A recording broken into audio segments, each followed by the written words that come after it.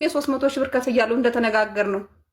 7 ወር ሙሉ ቁርስ ያሬድ ሆቴል ነው የሚመገበው፣ ምሳ ሆቴል ነው የሚመገበው፣ እራት ሆቴል ነው የሚመገበው። ሆዱ በሽተኛ ነው። አሁን በጣም ነው የሚያመው ሆዱን። ሰው እዚህ ላይ ሆቴል መመገብ የመንጠባረር ይመስለዋል። እንደሱ አይደለም። ሆቴል የተጣራ ምግብ አይበላም። ቤት የተሰራ ምግብ ነው፣ ንጹህ ምግብ። ግን እሱ ጧት ተነስቶ ሆቴል ቤት ነው የሚገኘው። በዚህ መሀል እኔ የማሳልፈው ስቃይ እዚህ ላይ ስቃይ አይደለም። የወለደ ያውቀዋል። እያንዳንዳችሁ ወለዳችሁ ታውቁታላችሁ። ይሄን ነገር 7 ወር ጠበቅኩ። 7 ወር ሲቀመጥ 1 ሚሊዮን ነጥብ 2 አወጣሁ።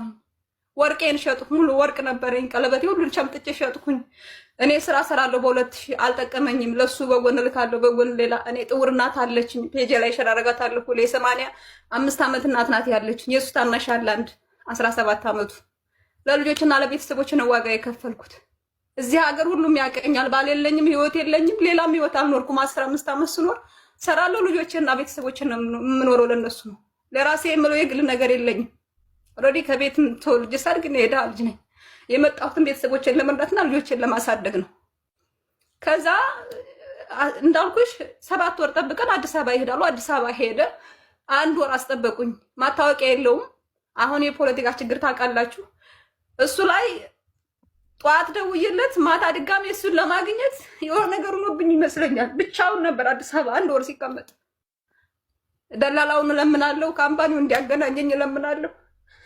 እሱ ሊያገናኘኝ ፈቃደኛ አልነበረም። እንዳያልቀለም 1 ወር ጠብቄ መጨረሻ ላይ ቪዛ መጣለን ብለው ዱባይ ገባ።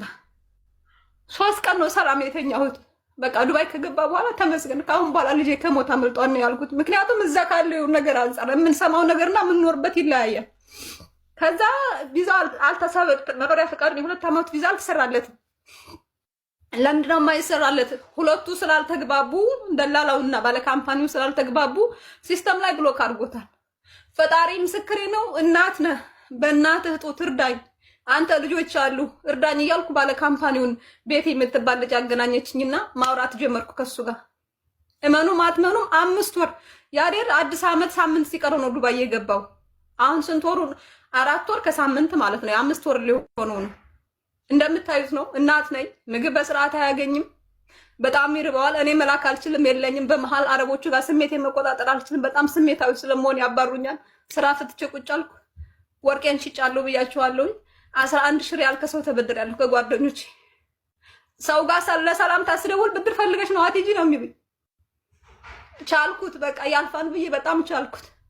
ልጄ ሆዱን አንስቶ ፈቶ ልኮልኛል። አንጀቱ ከአጥንቱ ጋር ጀርባ አጥንቱ ጋር ተጣብቋል። ለጌች ነገርኩት፣ ላኩለት። ለባለ ካምፓኒ ጌታቸው ይባላል።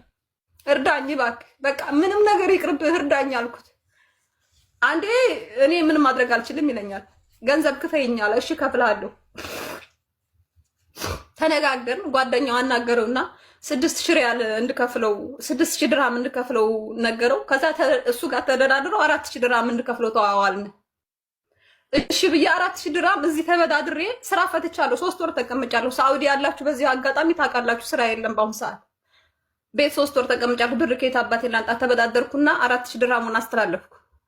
ስራ አለት ስለው እሱ በሚፈልገው ሰዓት አለመዘጁ ነው ልሰራለት የሚፈልገው። ቃራማ ይቆጥራል። ዱባይ ያላችሁ ታውቁታላችሁ። በቀን 50 ድርሃም ነው ቃራማ የሚቆጥረው። እባክህ ጌች ተባበረኝ እባክህ። ልጄ ምንም ነገር አያውቅም፣ ወጥቶ አያውቅም። እኔ ነኝ ሰዓት ላይ የጣልኩት። ሰላም የለኝም። እኔ ስለ ገንዘብ አይደለም የምጠይቅህ። እንደው ለምን ሁላሊቴን ላውጥቼ ማልሸጥ። ልጄ ግን ሰላም የለውም። አንደኛ የሚጨነቀው እሷ ይሄን ሁሉ ዋጋ እየከፈለች ደሞ አንጠጥ ለኔ ይለኛል። ቢጨንቀኝ ያሬድ ሰው እኮ ለውሽማው ለወይም ደግሞ ለሚያፈቅረው ሰው ገንዘቡን ያወጣል። እኔ እኮ ልጄ ነህ፣ ያብራኬ ክፋይ። ምን አለ ህይወቴንስ ብሰጥ? ለምን ስለ ገንዘብ ታስባለህ? ይሄን ያህል ዓመት ኖረሽ እኔ ደርሼ አንቺን መርዳት ስችል ግን አንቺን አሰቃየሁሽ ይለኛል። ስሜቱን መግታት አልችልም። እሱ በጣም ነው የሚሰቃየው። ራቡ ብቻ አይደለም እንዲከሳና እንዲበሳቆል ያደረገው እሱን ሐሳቡ ብቻ። እኛ አካባቢ አንዳንድ ሰዎች ሁሉ እናትን አሰቃያት ምናምን ይሉታል። የዚህ ጊዜ እሱ በጣም ይጨነቃል። ነገሮችን መቋቋም አይችልም። እኔ እናት ነኝ። ስደት ብዙ ነገር ስላስተማረኝ ነገሮችን መቋቋም እችላለሁ። ለምን የኔ ህይወት የማይመሰቃቀል? ለምን እኔ ህይወቴን የማላጣ? በደካማ ጎኔ በማልችለው በልጄ ነው የመጡብኝ። ከዛ እሱን ለምነው ነበር። መጨረሻ ላይ እኔ ሶሻል ሚዲያ ላይ ይዤ ይወጣሉኝ። እርዳኝ ለምኘው አለኝ። ምልክለት ዋትስአፕ ላይ አለ። ሁሉም ለሱ ምልከው አንድ ምላፊ ቃል ነው እሱን ተናግሬው አላውቅም ከልመና ውጭ። ባለ ካምፓኒውን ማለት ነው።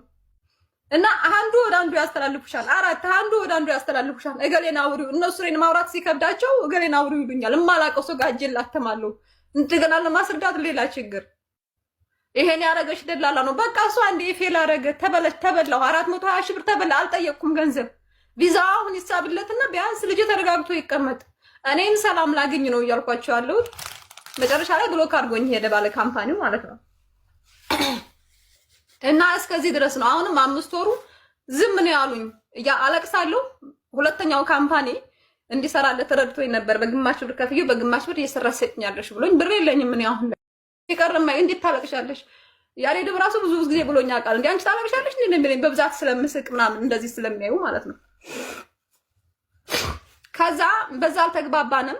ሰዎች ጋር ሳማክር አይ ካንሲሌሽን ኦቨርፊሶች ጋር ደውለሽ ካንሲሌሽን እዛ ማግኘት ስለምትሺ በዛ ሂደት ቀጥ ያሉኝ። እሺ ብዬ ጌታቸውን ባለ ካምፓኒውን እርግፍ አድርጌ ተውኩ። አልደውልም እሱ ጋር ክፉ ቃልም አልተናገርኩም። እንዳለ አቁሜ በይኛው ሂደት ጀመርኩኝ። ኦቨርፊሶች ጋር ደወልን። ለ15 ቀን ቀጠሮ ሰጡን። በ15 ቀን ካንሲሌሽን ላኩልን፣ ሜሴጅ ተላከልን። እዛ የሚረዳኝ ልጅ ነበረ፣ ደውሎ በእንግሊዝኛ ነው የሚያወራቸው። ከዛ ሄዱ እዛ ቦታ ያሬድን ይዘውት ሄዱ። ያሬድ ያውቃል የሄደበትን ቦታ። ያን የተላለፈ 4000 ድራም አለ አይደል? ተበድሬ የላኩት 4000 ድራም አለ። እሱም ብር ይዘው ሄዱ። ለሱ የሚከፈለውን ከፈለ። የቆጠረውን የቃራማ የበፊተኛው ከብሎክ አረገው ጋር የቆጠረውን የቃራማ ከፈለ። ወረቀት የሚያወጣበትን አወጣ። አላስጨረስና ሰዎችን ስናማክር ችግር የለውም ካንስሌሽን ከያዘ በሌላ ካምፓኒ ማሰራት ይችላል አሉ። እሺ በዛ ደግሞ ቀጠልኩኝ። እንዴት እንደምል መጠመጥ ላፊ ቃል ትንሽ ከተናገርሽ ብሎክ ዘግተውሽ ስለሚወጡ በጣም ነው የምሽቆጠቆጠው። በቃ ተንቀጥቅጬ ነው ሲሰርቡኝም እሺ ብዬ እኔ ያሬድ ናት ነኝ አይደል? ትልቅ ነኝ ግን እንደ ህፃን ልጅ ነው እንዲህ የምሽቆጠቆጠው። ከዛ ቪዛው እኮ አልተሳበኝም አለኝ። እንዴት? አይ እንዲህ ነው እና ምንድነው የሚሻለው? ስልኬ ባትሪ ይጨርስ። ምንድነው የሚሻለው? አይ እሱ ነው መፍታት የሚችለው። አላመንኳቸውም። እነሱም ሌላ መንገድ ጠይቁኝ፣ ሌላ ሰዎችን እንዴት ነው የማደርገው ስል እዚህ ላይ ከመጣች ምስክር ነች። የታሜን ቁጥር ተሰጥቻለሁ፣ ደውያለሁ። ካቡያ አንቺ ማላየሽው እንጂ ብዙ መሰጅ ልኬልሻለሁ። ዋትስአፕ ያንቺን ቁጥር ተሰጥቻለሁ። ያልሄድኩበት የለም፣ ያልቆፈርኩት ድንጋይ የለም። እንትና አልመልስም ማለት ነው። የማላውቀውን ስልክ አውቃለሁ ሀቡዬ እንትናና ጨቅጭቄ እሷ አሁን ቅድም ነበረች እዚህ ስሟ ይቅርታ አድርጉልኝ። ሙኒት ጋር ሄድኩኝ። ሙኒትን አገኘኋት። በጣም ብዙ ጽፍላት ቦቶም ላይ ደወልኩላት። በቦተም ተገናኘን፣ አማከርኳት። በእርግጥ እንደዚህ በግልጽ አላወራኋትም ጊዜ ስላልነበረ እሷ ቸኮል ብላ ስለነበረ እንደዚህ አላስረዳኋትም። ሳወራትኝ በቃ እሱ ጋር ተደራደሩ ምናምን አለችኝ። ወጣሁኝ እና ለእሷ ራሱ ልኬላታለሁ ብዙ ነገር። ላንቺም አላየሽውም በእርግጥ አውቃለሁ፣ ታይዋለሽ።